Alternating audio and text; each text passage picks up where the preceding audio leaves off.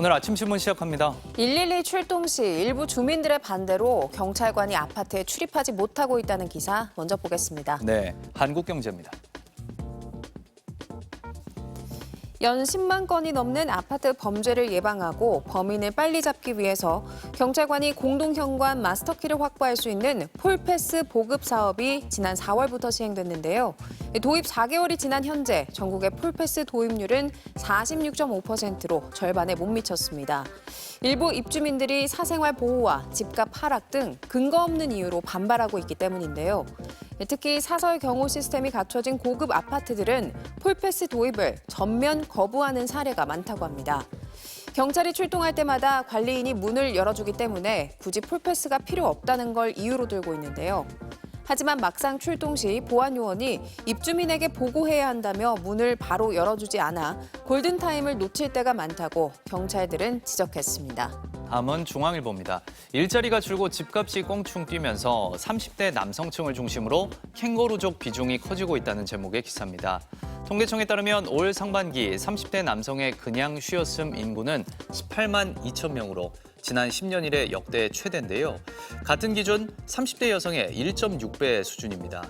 또 25세부터 34세 청년 인구 중 부모 곁을 떠나지 못하고 동거하는 캥거루족은 2020년 기준 남성이 69.1%로 여성보다 약 6%포인트 높았습니다. 남성 취업자 비중이 상대적으로 큰 제조업에서 일자리가 줄어든 영향이 크고요. 또 30대 남성의 미혼율이 여성보다 높은 데다 치솟은 부동산 가격과 물가로 근로소득만으로 내 집 마련이 어려워진 점도 원인으로 꼽힙니다. 이어서 서울신문입니다. 국내 일부 대학원이 적극적인 중국인 유학생 유치로 학생 수는 늘었지만 자칫 학위 공장으로 전락할 수 있다는 우려가 나오고 있습니다. 교육부 통계에 따르면 올해 전체 외국인 박사 과정생 가운데 중국인은 11,900여 명으로 전체 65%를 차지했는데요. 수업 중 통역사가 교수의 말을 중국어로 통역해주거나 중국인 유학생들이 논문도 중국어로만 쓰면서 한국 교수의 부실평가가 반복되고 있습니다. 중국인 유학생 사이에는 한국의 지방대학원이 학비가 저렴하고 편하게 학위를 딸 수 있어 물석사, 물박사라는 말까지 나온다고 하는데요. 한국 대학원에 대한 인식도 나빠져서 중국에서는 신임 교수를 뽑을 때 한국 학위를 배제하는 지역도 생겼다고 신문은 전했습니다. 다음은 지역신문 기사 살펴보겠습니다. 먼저 광주 매일신문입니다. 광주의 서창 억새 축제가 사흘 앞으로 다가왔지만 억새가 예년만큼 개화하지 않아 서구청이 울상을 짓고 있다는 기사입니다. 보통 가을이 되면 억새가 만개해 바람이 불 때마다 은빛 물결이 일어야 하는데 올해는 덜 익은 벼처럼 보일 정도로 개화 상태가 좋지 못하다고 합니다. 올 여름부터 초가을까지 이어진 역대급 더위로 서늘한 기후에 만개하는 가을 꽃들이 피지 못한 겁니다.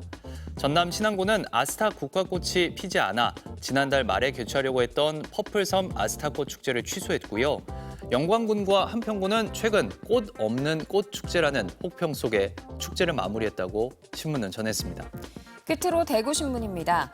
대구 남구의 대표 축제였던 대구 헬로윈 축제가 6년 만에 역사 속으로 완전히 사라집니다. 2018년부터 개최한 헬로윈 축제는 2020년과 2021년에 코로나19로 취소됐다가 2022년에 재개됐는데요. 하지만 당시 축제 첫날 이태원 참사가 발생하면서 바로 다음 날 취소됐고 참사 1주기인 작년에도 국민 정서와 지역 여론을 고려해 잠정 연기됐습니다. 지자체는 헬로윈 축제를 대신해 오는 26일 명덕역 일대에서 레트로를 주제로 한 물베기 거리 코스튬 페스티벌을 개최한다고 밝혔습니다.